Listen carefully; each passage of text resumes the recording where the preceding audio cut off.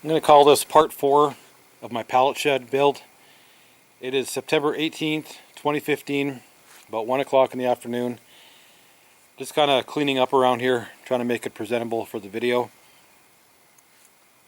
Finished this pallet shed. There's still a lot of little things to do, but just to wrap up the series, I'm going to call it done. It took me 24 days to build this.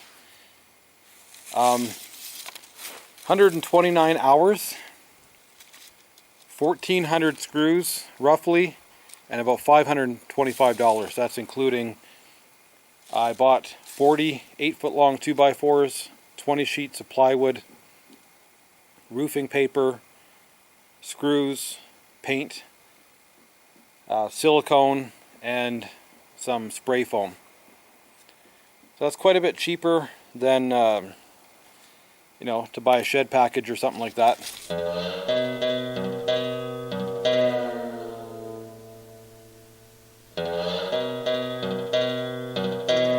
So after my last video, which was September 7th, I did quite a bit of work.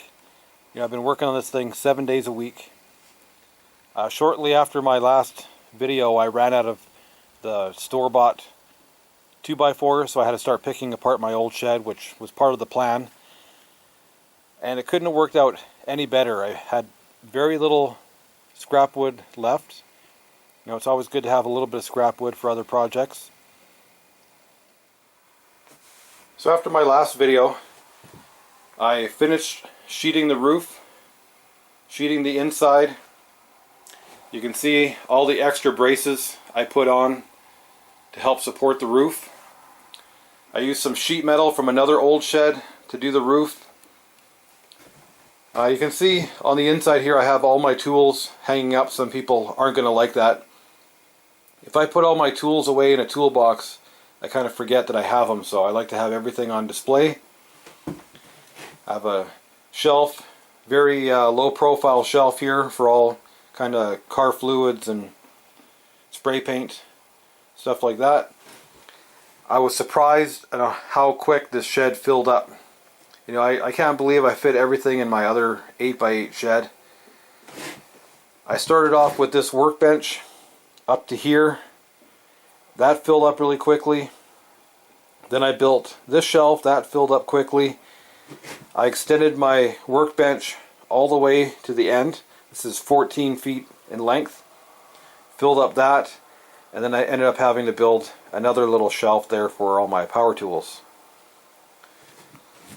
So I'm quite happy. I got a nice place to work in. I got room. I have a place to sit. This is that window I was talking about that I can open and close to let cross breeze go. I also have a little shield or a cover on the back that I can open and close. It's really easy. That faces the alley and it's very easy for someone to break the window. So I have a cover on that window. This window should be safe. Got a total of 7 windows in this shed. You can see all of them across the top, letting in lots of natural light.